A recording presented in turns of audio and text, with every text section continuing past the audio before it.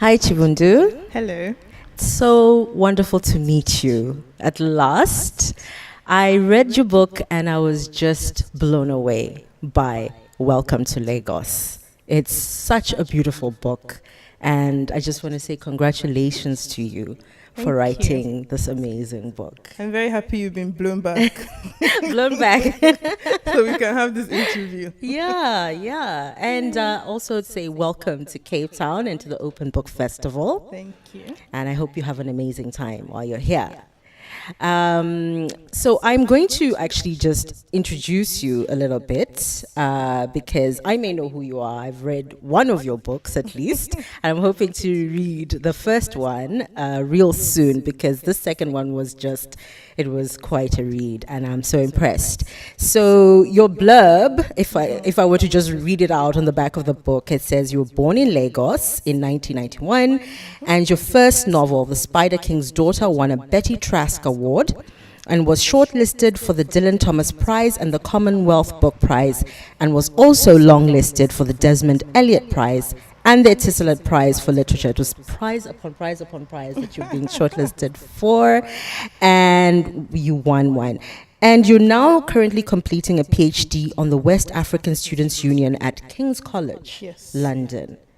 So where do we start? I want to go to The Spider King's Daughter because I remember when that book just burst onto the scene and I was like, yes, I must go get that book. And I don't know what happened in the shuffle and the hurly-burly of like life, but the story was pretty interesting, because I guess it was bid for, and what we heard was this astronomical amount. Well, Could you clarify? Or is it rumors? Was it true? Well, astronomical is relative. So depending on who you are. Yes. So yes, it might be astronomical to some, chicken change to others. Okay, so you don't want to go into that. I can see you being a little bit. Okay, so moving on to your second novel. Between the release of Spider King's Daughter and Welcome to Lagos, how long did it take between the writing of the two, actually? So I had a draft of The Spider King's Daughter that I was working on with my editor. So it would take her maybe about a month to respond. And then in those break times, I started Welcome to Lagos. In fact, I started it before I got signed. So when my agent was submitting Spider King's Daughter to editors, I started Welcome to Lagos. So I guess I've been writing it off and on since I was about 18. And then maybe after The Spider King's Daughter came out, when I was 21, I then kind of focused on it. So it's just been a very long time that I've been writing this book. The Welcome to Yes, Lagos. Welcome to Lagos. So it was in between of getting the first book sent out by your agent, and that one was almost signed and sealed, and you had started I started working. working on this one, yes. Oh wow! So this was published just last year. Yes, it's this year, January this year. 2017. Wow. Okay, so it was only the space of like 5 years or so. Yeah, like 5, 6, it was like forever, basically. If a Just child was born when I started, they would be walking and talking and talking back right now. Yeah. But it's amazing that you started writing novels so young. I mean, 18. Who writes novels at 18? It's just what is in your background that just compels you to become a writer, that compels you to write in the novelistic form? So I had access to a lot of novels when I was growing up, thanks to both my parents. They filled the house with books, but we were never forced to read them. So I know some people whose parents say, you must read one book a week and write a mere report. That was never the case. The books were just there, and so I enjoyed them, and so I read a lot. And I think when you read a lot, it's natural at some point to say, oh, why didn't I try my hand at writing a novel? So my first attempt at this was when I was 10. You started writing a novel at 10. Yeah. Yeah. Yeah. What kind of 10-year-old were you? Were you not out playing with your friends, or, you were just like in the books, daydreaming somewhere, living in Lagos at the time, and you were just like, I'm just going to sit here and write. Yeah, I mean, there's At a lot 10. of time. Like when you're 10, you have a lot of time. You go to school, but school finishes at like 1. And then you maybe have a little bit of homework, but you're 10, so there's not a lot of homework. And then, you write a book. You write a book. You can't actually like put that on like everybody out there. It's an unusual thing, actually. I don't know how unusual it is, actually. I don't think so. I know a lot of children who keep diaries or Yes, just do some diaries. We all had diaries growing up. Yeah. But to say you started like the project of writing a book at even 10, and then by 18 you were done. You were being scooped up by an agent. I mean, The Spider King's Daughter was not the novel I began at 10. Obviously, between 8 years had passed. Yeah, there were many failed projects. many failed projects. I have like many teenage failed projects. Yeah, there were many failed projects. So my first novel, which has disappeared now. It would obviously be worth a lot of money now, but it's disappeared. So, so this first novel, we watched a lot of American television when we were growing up, and so I often say that the world of the imagination was American. Oh yeah, I understand that completely. Yes, maybe second world of imagination was London. But not Lagos. But not Lagos. So my first novel was set in America, of course. So you knew America quite well via TV. Yeah, which a lot of us did. So Nickelodeon Cartoon was Network and Powerpuff Girls fighting crime, trying to save the world. I used to love the Powerpuff. The Powerpuff Girls. Oh my goodness! I think we should just stick to writing. Well, you actually can sing. Yes, I can. Did sing. I not? I should stick. Okay, you can sing and so write. You can stick to writing. Oh, but I have some fear. This attack. Oh, I cannot. I think it was a clip when the book came out, and it was you singing in London, and everybody was there. It was like all of Nigerian London was there. No, all of London, just not Nigeria. Not just Nigeria. Yeah, the UK. No. It was this Chibundu magic that just called. And I saw that. I was like, this is a book launch of note. Thank you. I was like, I want to be there. Why am I not there at that book launch? With and it Chibundu. wasn't just social media. It was that good. It was better. Of course it was. It was your party. We were just envying and watching across the ocean, across the continent here, and like, oh, I want to be there. It was beautiful. Thank you. And the kind of support that you enjoy, it's like, where do you think that comes from? Well, I think I have really good friends, and I think that was what the book launch was. I didn't just want it to be... so I had that for my first book launch. It was my first one. And it was just like in a room, and then, you did a reading, and then there was like some wine and, some canapes floating around. And then for like, welcome to Lagos, I was like, no, I want music and I want like poetry, and I just have really good friends. So like I play in the band in my church. Okay. And I just asked the other band members, will you play at my launch? And then they said yes. And it wasn't just a me launch. Like my friend sang, another one of my friends, read some of her poetry. One of my friends is an actress. She read extracts from the book. So I just wanted it to be like space for a lot of people to shine, and then it was more interesting if it's just me for 1 hour. It's not the same as if there's like 25 people. All celebrating. Yes, all celebrating, yes. So it was a lot of fun. It looked amazing. I was just like, no.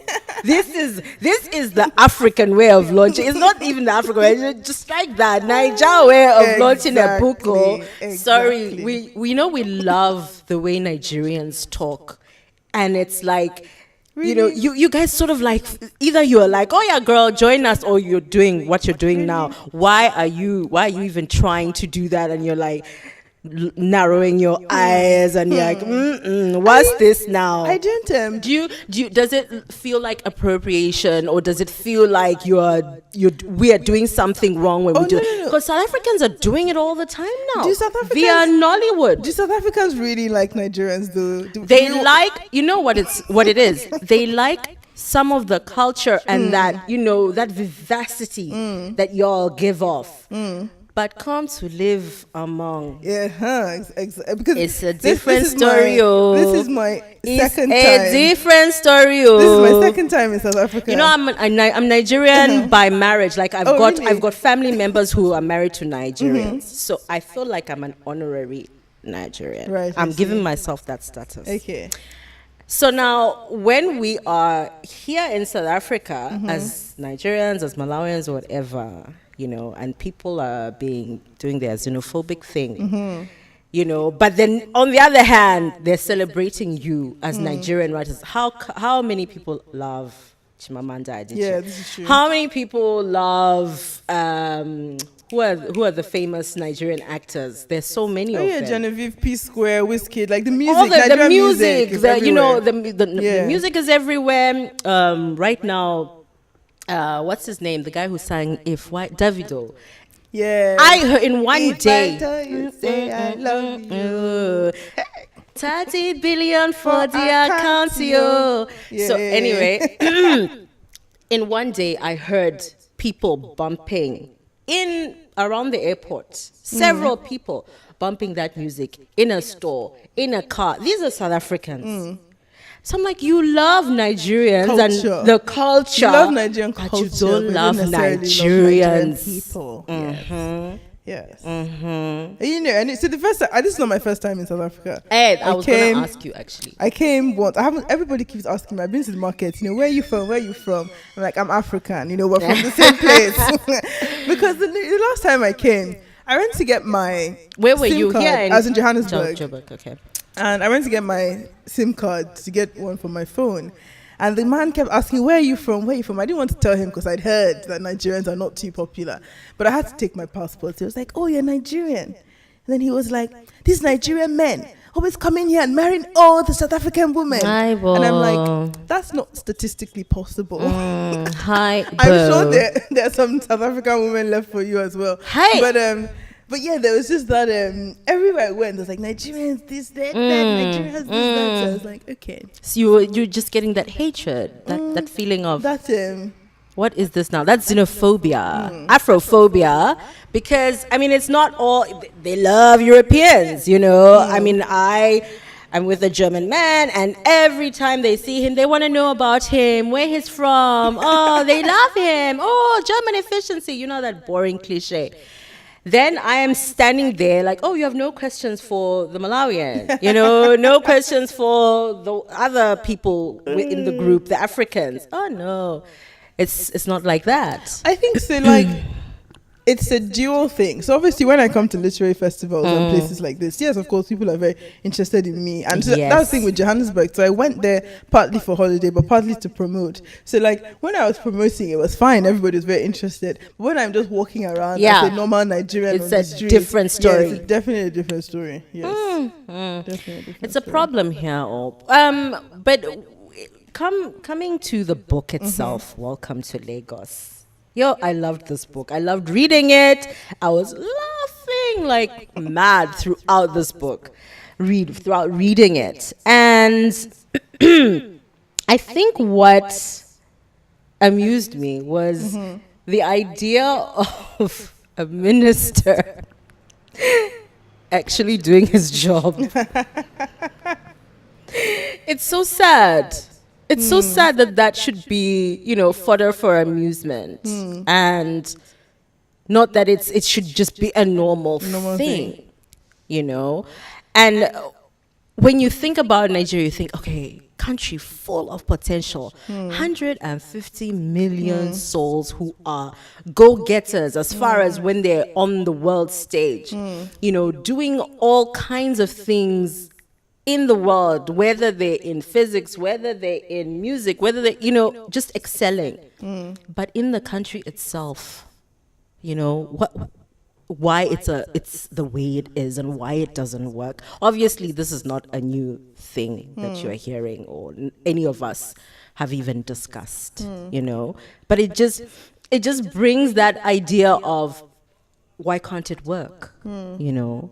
I think so first of all, every immigrant population, those are the strivers.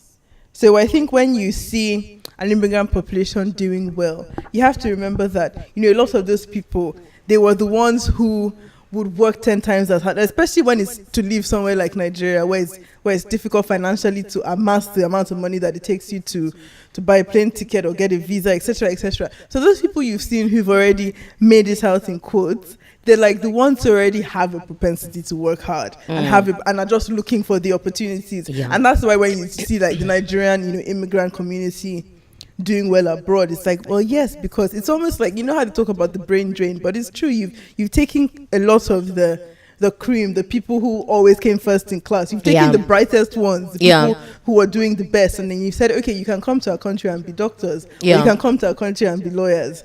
So I think not that Nigerians are not hustlers in Nigeria. No, because clearly this book shows that. It shows Nigerians, the hustling spirit that's already there on the streets of Lagos, you know, and it's not even just that it only is in Lagos, but because you start off in Bayelsa and then you show, you know, what the lifeblood of the economy is. You show like the people living there, and then how they end up in a place like Lagos, you know, where Lagos is not just the city of Lagosians who are already, you know, people who are born there like you, but it's also, they're coming there for various reasons. Yes, of course.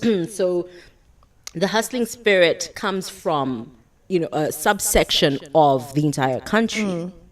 But I think the hustling spirit also is part of the Lagos way of doing things. And I think when you leave Lagos and you move to, so like you go to the village, for example, where my father is from, you know, the pace of life is slower. Yeah. You know, people take their time. Oh, yeah. More. I mean, that's village life. Yes, the pace of life is slower. And that's what people who migrate to Lagos sometimes find just shocking, just the pace. Because everything is so fast and all this. I mean, I haven't been there, but having seen Nollywood and reading books like this, and you just feel like, you know, and just reports from friends and all this. I mean, I even had one friend in Botswana saying, all I want one day is to just touch down in Lagos for a few hours, just to feel what it's like, you know? And I said, well, at least it's attractive to you in that way, that you want to go and see what it's all about. I wanted to show many entrances and exits from the city. Yes. So, for example, Chike and the rest, they come by road. They come the way that people who don't have as much money, that's how they move into the city. Obviously rich people drive by public transport. By public transport in particular, not in a private car. And so then the pace of the city coming from Bayelsa, the pace is shocking. Yes. But then I also wanted to show like the BBC journalists when they arrive in Lagos. Oh yeah, how everything is so like, whoa. Exactly, like why doesn't this work, or why is it this place is so chaotic, etc., etc. Yes. Whereas, and they are black BBC journalists. So it's like, why are we here? What are we doing here? Yes, exactly. I wanted to show all those different entrances and exits, and it depends on what you bring with you to Lagos. Yes, depends on how you view it. If you're coming from a rural place, you can really see it as a place of opportunity. Whereas if you're coming from a more western place, where you're comparing everything infrastructurally to what you're used to at home, you can see it as a chaotic place, and you can miss all the opportunities that there are in Lagos. Yeah, because you're focused on the fact that there's a pothole. Basically. And one thing that also struck me, and I'll probably ask you this again tomorrow, is when you talk about an architectural wonder in the city, and that's the third mainland bridge. Yes, the third mainland bridge. But forgotten by the rest of or unremarked upon by the rest of the world. And you look at the city as not only just a hustler city and things are tough, and you know there's poverty, like extreme poverty, bumping shoulder to shoulder with extreme wealth sometimes, but then you also say, you know, there's innovation here. where else would you see something like this? So I actually love that part of you just saying, hey, there's also this here. There's not just, it's teeming with people who are hard out of luck and looking for the next opportunity and may never find, their gold on the streets or what is it. So I actually thought that was a fantastic thing to do. Thank you. You nailed so many aspects of the city that I had only heard about, and I thought, I actually wanted to know about this. And there's also I won't say it because people have to read this book. There's a part of Lagos that I've been curious about. And when you initially introduced it, and I thought, but why? And then it makes sense later on. I was like, that's why they went to, the floating city. Oh, right. There's Marco Polo. Yes. So we only have a few minutes left, and I would like you to actually do a short reading for us. A short reading, if you would. Yes, of course. I don't know which part. And please excuse the Majin Alien, the writing that I do in there. I will read from when they first arrived in Lagos. So this is Chike waking up in Lagos. Actually, no, I read a newspaper clipping. Oh, I love those. Yeah, I read a newspaper clippings. I like your friend, Victor. I don't know how to pronounce it. Yes. I was like, but this is a real guy. Yeah. Lagos bus parks attract an assortment of individuals. There are those who wish to make honest money, lifting bread and bananas to the newcomers as they fall out of buses, charging prices that would make black skin blush. Those who wish to steal from the arrivés, offering to carry bags and promptly disappearing. And of course, those who are there solely for entertainment, to chase a thief, to fetch petrol for burning if the thief is caught, and to fall into any diversion that comes their way. As for newcomers, two types only: a JJC, a Johnny Just Come, with a destination, and a JJC whose ambition saw no further than reaching the city. At first, they are indistinguishable. They both study the bus park with a dazed expression, taking in the hawkers with large trays of groundnuts wobbling on their heads, the young boys walking aimlessly in groups. Lagos is so different from anywhere, except there are more people and more noise and more. But when they are done marveling at the sameness of it all, one type continues on his way, and the other remembers that he has nowhere to go. Extract from the Nigerian Journal. Yeah, you were a very able writer of a Nigerian newspaper. Thank you. So was Victor's the only real newspaper excerpt? Yes, Victor's was the only real one. Okay, yes. Wow. I love this book. I can't recommend it enough. It was a pleasure to read from end to end, and you've done so very well. Thank you. You should be proud. Thank you. So, I think we can still talk for a few more minutes. Should I sing you a song? Oh yes, please. What a pleasure. The thing there is, this is one of the songs I listened to. I didn't know all the lyrics, so nobody should crucify me. But last time I came to South Africa, it played at the festival I was over and over again. It's a song by Johnny Clegg. Oh no, please don't sing a Johnny Clegg song. I should not sing Asimbonanga. Okay, so please they don't. played that song over. I can't. And fine, okay. What should I? Okay, I'll sing a Nigerian song for you. Please do, yes. I'll sing a fella song for you, Great. which is called Monday Morning in Lagos. I don't know this one. Well, you will know it when I finish singing it. I might fudge some of the lyrics as well because it's been a while. But, okay. Saturday laughing tati baba leko, Ojo Sunday laughing moti aye, Ojo Monday unkanto gbese oníṣẹ́ jahan. Something, something, something. Ọjọ́ Monday, Èkó ní gbàgbàkúgbà.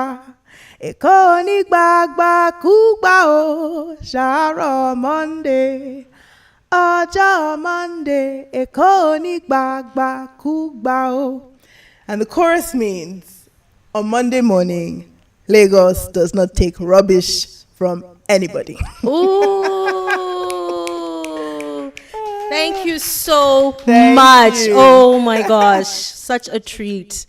You are super talented. Thank You're you. beautiful. And it's just been so wonderful talking to you. And thank you for blessing us with that song, Fela's song of all songs. Thank you. Thank you. Thanks for having me.